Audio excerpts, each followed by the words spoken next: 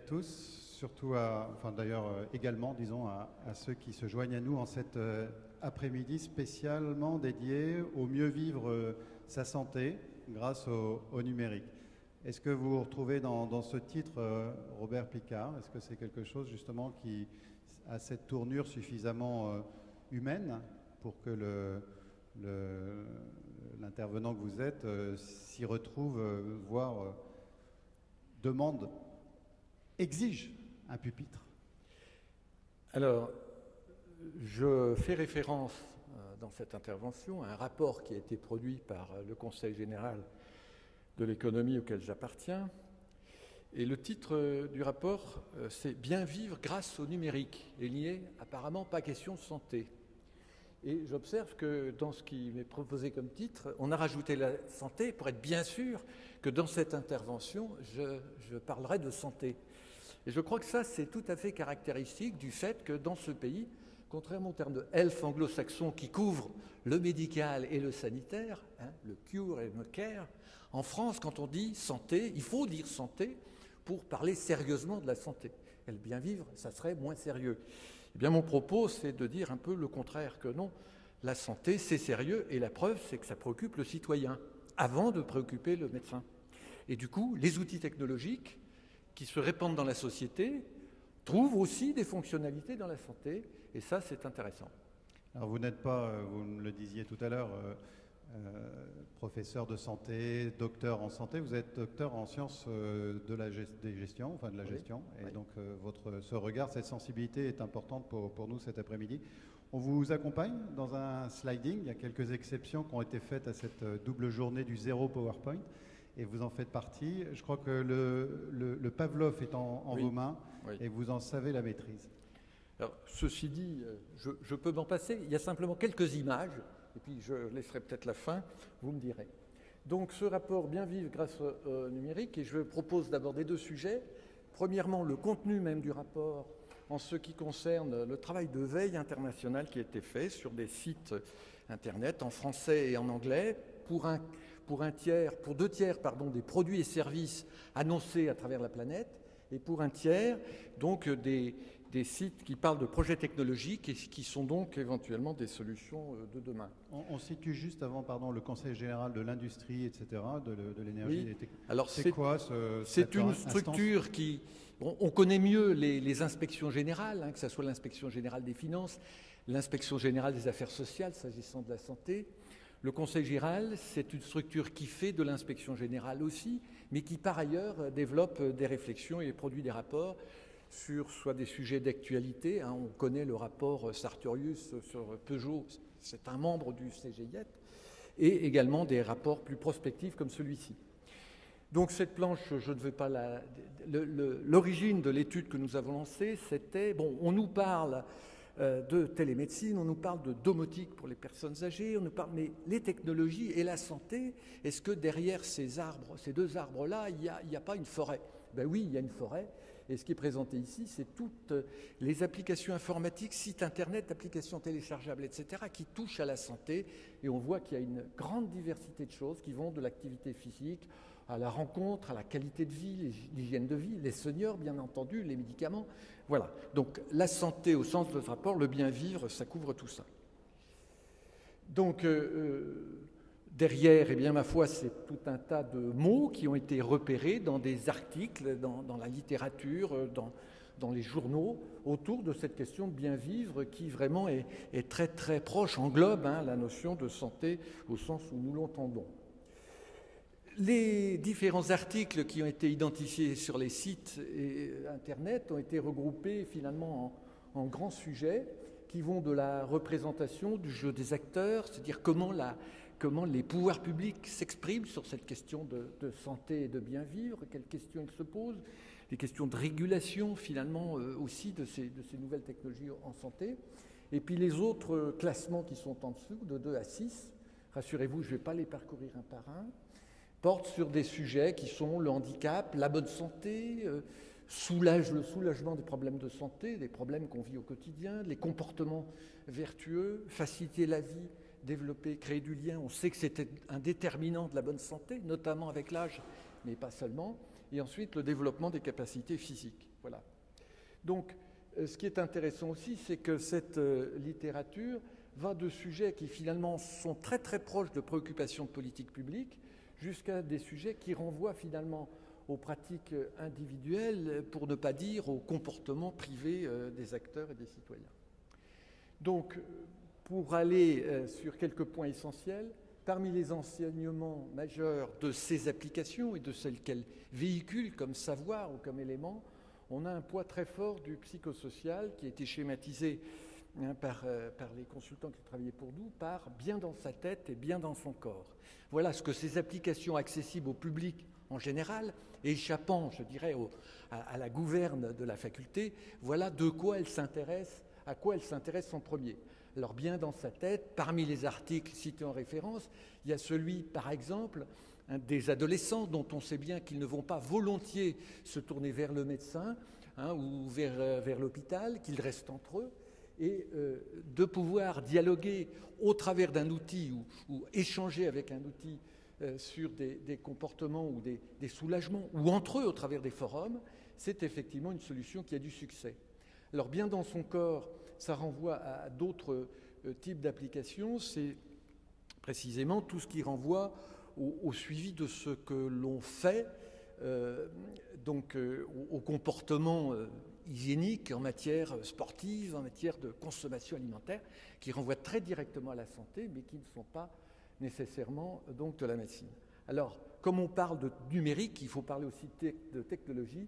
Je ne vous surprendrai pas en disant que si elle n'est pas la seule, la technologie mobile est effectivement une technologie majeure parce qu'elle met à disposition de tout un chacun, là où il est et quand il veut, des informations, des fonctions, des renseignements, des mises en relation.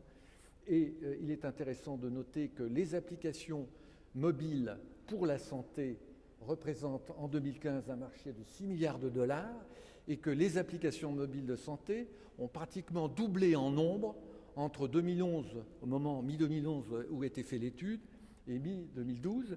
Qui plus est, la majorité de ces applications sont payantes, alors que typiquement, classiquement, les applications mobiles téléchargeables ne le sont pas.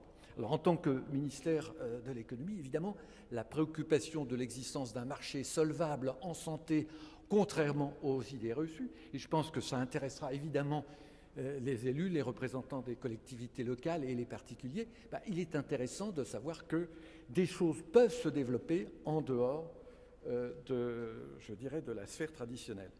Alors, j'irai plus vite sur la deuxième partie qui est le rapport CGIET, parce que, je le préciserai à la fin, ce rapport est accessible en ligne et téléchargeable.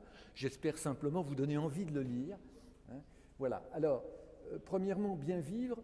Pourquoi a-t-on choisi ce terme ? Parce que, contrairement à bien-être, il y a dans le bien-vivre quelque chose de la relation. Et la relation est aussi importante pour la santé que de se regarder soi-même. Enfin, il faut les deux. Mais voilà, c'est un terme français. Il n'a pas d'équivalent ailleurs, sauf en chinois. C'est les pays où on mange bien. C'est peut-être pas une coïncidence. Et donc, on est dans le prendre soin de soi, le social, l'entraide, la prévention, l'hygiène de vie, le goût de vivre. Tout ça qui, effectivement, a un lien étroit avec la santé. Alors, ce n'est pas un marché, mais ce sont très certainement des marchés, parce que ce sont des publics et des préoccupations différentes. Alors, les logiques qui sont à l'œuvre et qui expliquent ce développement, il y a des enjeux économiques, avec des taux de croissance pareils, et finalement des solutions qui sont payantes, même si elles sont relativement accessibles, c'est important. Il y a des enjeux de santé publique, l'accès aux soins, au système de santé, parce qu'on peut recueillir effectivement des renseignements sur, je dirais, des spécialités médicales accessibles, des places disponibles, etc. La santé physique, puisqu'on est stimulé par des applications à faire de l'exercice, on fait des jeux, par exemple, qui amènent à bouger. La santé mentale, parce qu'on peut effectivement se rassurer ou avoir des témoignages de communautés qui vivent les mêmes difficultés que soi. Je conforme aux adolescents. Donc, il y a une dimension préventive, si on songe aux applications qui touchent à l'alimentaire, et dans une logique qui est plus tellement celle, je dirais, de la puissance publique qui prévient, mais du citoyen qui prend conscience et prend une responsabilité par rapport à lui-même en se donnant à lui-même des règles, des conduites, des rappels, en fonction d'objectifs qu'il s'est fixés. Un certain nombre de ces applications sont des applications qui donnent des possibilités nouvelles, je dirais, de vérifier que les engagements qu'on a pris vont être respectés. La dernière dont j'ai entendu parler, c'était avant-hier soir, une application, téléphone mobile, quand on dort, on le met à côté de soi et ça mesure des éventuelles apnées du sommeil en donnant une première indication quant à leur existence, leur fréquence, et après on peut aller vers le spécialiste éventuellement, sachant que ça prend 6 mois pour voir un spécialiste. Voilà, alors on a effectivement dans un certain nombre de cas, des questionnaires d'auto-évaluation qui peuvent être en ligne ou d'auto-mesure qui permettent de prendre conscience d'un certain état de fait. Alors évidemment, on ne va pas jusqu'au diagnostic, mais on peut préorienter effectivement une personne. Alors il y a des enjeux de société, puisque quelque part, comme j'ai dit tout à l'heure, c'est une façon pour la société civile de se réapproprier les questions de santé et donc d'en faire quelque chose qui préoccupe, évidemment qui ne supprime aucunement la nécessité de la relation au médecin, mais qui est une façon d'apporter ou d'enrichir la connaissance que l'on peut avoir de cette dimension de la société. Alors, il y a quand même, et on le voit pointé ici, une convergence qui n'est pas naturelle et spontanée entre le médical tel qu'on l'a connu jusqu'ici et ce bien vivre qui est la santé appropriée par le citoyen. Et ceci concerne aussi les technologies. Enfin, historiquement, les technologies sont des technologies élaborées pour un marché fermé, avec des autorisations de mise sur le marché qui donnent aux gens qui fabriquent ces produits des certaines assurances que finalement ils vont rentrer dans les investissements qu'ils ont faits et qui sont souvent extrêmement lourds. Mais ça donne lieu à des produits très professionnels, très sophistiqués, très coûteux. Et en face de ça, donc, on voit se développer des produits grand public qui sont souvent appréciés, jugés, parfois à juste titre, mais pas toujours, comme des gadgets. Or, ce qu'on commence à voir, c'est que ces gadgets, peut-être, à la FNAC, à la période de Noël, l'année dernière, on pouvait trouver des tensiomètres. Alors, pourquoi ces tensiomètres intéressent le public? Parce qu'avec ces tensiomètres, ils font des courbes, ils jouent avec ces courbes, ils tracent des historiques, ils en ont envie. Alors que le tensiomètre qui met tout ça dans je ne sais quelle boîte noire, auquel, au mieux, le patient a accès, ça ne lui fait pas envie du tout. Donc, non seulement le médecin va voir arriver des gens qui ont appris un certain nombre de choses sur Internet, à tort ou à raison, mais en plus qui vont dire moi j'ai un outil avec lequel je peux faire des choses, et vous me donnez à utiliser ceci ou cela. Voilà. Donc il y a une tension, une convergence qui est difficile. Et le deuxième point qu'on a vu dans cette étude d'ailleurs, c'est que malgré tout, c'est vrai que ces gadgets plus ou moins médicalisés sont eux-mêmes porteurs de risques. Ils ne sont pas totalement anodins dans la mesure où ils interfèrent avec la santé des personnes. Donc, j'ai probablement presque terminé mon temps. Non, j'ai encore 2-3 minutes, 5 minutes. Bon. Pour que se développe un marché de cette nouvelle forme d'offre technologique, qui idéalement procéderait ou serait issu de tout le savoir-faire accumulé par la médecine sur des dispositifs médicaux, mais aussi de tout ce que la société civile a su générer au travers de l'Internet et des applications mobiles, pour que ce marché-là, effectivement, se développe. Eh bien, il faut s'interroger sur la motivation du citoyen et du patient. À quelles conditions, effectivement, le citoyen se sent concerné, mobilisé par cette question de santé, et à quelles conditions il ne démissionnera pas en termes de prêt à dépenser ou en termes de référence à un professionnel, en quoi il va faire de la santé effectivement son affaire. Eh bien, c'est lié à la façon dont ces produits et services seront conçus. Un autre élément, évidemment, c'est la fiabilité de l'information. Il faut probablement que le citoyen ait quelques éléments de jugement sur les informations qui lui sont données, informations de type sanitaire ou informations sur les produits qu'on lui met entre les mains. Il faut éviter de dériver, comme l'ont fait certains acteurs de l'industrie pharmaceutique, certains, pas tous. Donc voilà. Et il reste des freins à l'adoption de ces solutions. C'est effectivement la sécurité des santé, une certaine angoisse à manipuler des choses intimes aussi lourdes de conséquences. Voilà. Donc, mais ces choses sont en train d'évoluer et les chiffres que j'ai indiqués en matière de développement des applications mobiles téléchargeables en santé montrent bien qu'en effet, cette demande existe. Alors du côté des offreurs, eh bien, il y a des recommandations qui sont faites effectivement dans ce rapport. C'est de reconnaître les droits, la responsabilité, la dignité du citoyen patient qui la revendique et qui la revendique de plus en plus, d'autant plus qu'il a ces moyens d'information à sa disposition, et de baser l'offre sur une compréhension approfondie des usages, c'est-à-dire qu'on ne se contente plus de voir qu'un produit de santé est acceptable du bout des lèvres, mais l'idéal c'est qu'effectivement le futur usager qui va s'occuper de sa santé, il en ait envie. C'est bien la condition pour qu'il l'utilise de façon régulière et que donc les bénéfices sanitaires attendus soient au rendez-vous. Donc il faut apprendre autour des offres à succès, c'est-à-dire si on considère que certaines applications sont des gadgets, qu'est-ce qu'on attend pour les médicaliser, pour tirer bénéfice de l'attractivité qu'elles ont vis-à-vis du public et y rajouter tout le besoin de sécurité et de garantie qu'on a traditionnellement en passant par les médecins. Et donc comprendre et soutenir l'utilité sociale des solutions aussi, c'est-à-dire de voir qu'en effet, il y a un bénéfice à ce que des patients qui aient les mêmes problèmes, qui aient les mêmes difficultés, qui aient envie de partager, puissent en effet le faire. Et donc, on termine par une recommandation concernant l'innovation. Innover en faisant participer les acteurs entre eux. Regardez très attentivement ce qui se passe sur le marché du mobile parce qu'il s'y passe énormément de choses et ce que le mobile sait faire, le fixe peut le faire avec plus de sécurité, mais avec peut-être des fonctionnalités qui ont fait leur preuve et fertiliser le secteur de la santé par des solutions existant ailleurs. Voilà ce qui se passe. Merci. Quelle est je termine sur la feuille de synthèse que j'ai laissée affichée et sur laquelle on reviendra s'il y a des questions. Je vous prends quelques instants encore. Quelle est l'application donc sur un mobile qui symbolise ou incarne le mieux pour vous ce croisement entre le bien-être, le bien-vivre, et de nouveaux dispositifs de communication, de partage et d'auto-analyse?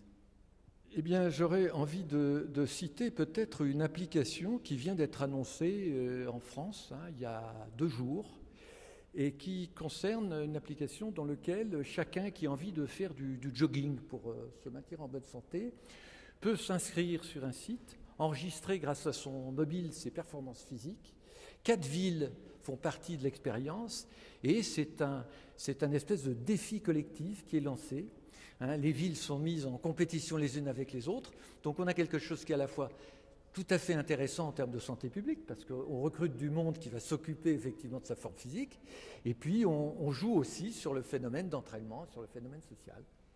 On a face à nous des gestionnaires de territoire, ça veut dire aussi de la création de richesses, de sites qui peuvent accueillir des jeunes entreprises, des zones artisanales qu'on peut dédier à certaines activités, ou on pense au pôle de compétitivité. Est-ce qu'aujourd'hui, vous leur diriez, dans les espaces, les animations, les locaux que vous mettez à disposition d'entrepreneurs, choisissez, parmi d'autres secteurs, l'univers de la santé parce que ça va rapporter à vos startups? Alors, évidemment, je ne présenterai pas les choses tout à fait comme ça.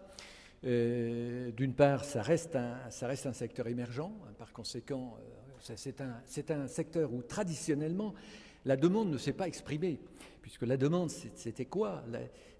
L'assurance maladie obligatoire a tenu lieu de place de marché, et donc l'identification de cette valeur, ça a été la reconnaissance par un comité d'experts que les dossiers déposés étaient conformes à certaines règles de l'art. Ça n'a rien à voir avec un besoin au sens du citoyen. Donc les entrepreneurs qui veulent réussir dans le domaine des applications grand public pour la santé, il faut qu'ils fassent vraiment, je dirais, de l'activité entrepreneuriale, d'entreprises qui se mettent à l'écoute de leur marché, un marché qui n'a pas été habitué à s'exprimer sur ces questions. Donc le concept de Living Lab, et je travaille avec des agences de développement, parfois avec des ARS, parfois avec des entités, collectivités territoriales, c'est de dire, au-delà du cluster d'entreprises, offrir à ces entreprises l'opportunité de s'ouvrir au marché final, de s'ouvrir au public. Hein, et c'est le concept de Living Lab dans lequel, évidemment, les autorités locales ont une place très importante à prendre. Recueillez les remerciements de notre auditoire.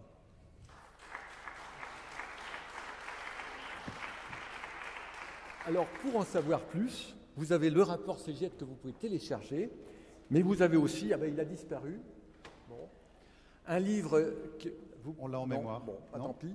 Hein, qui est paru chez Armand Collin. Je n'ai pas d'action, je ne l'ai pas écrit, mais il fait suite par les auteurs, par les consultants de ce rapport, un approfondissement du sujet.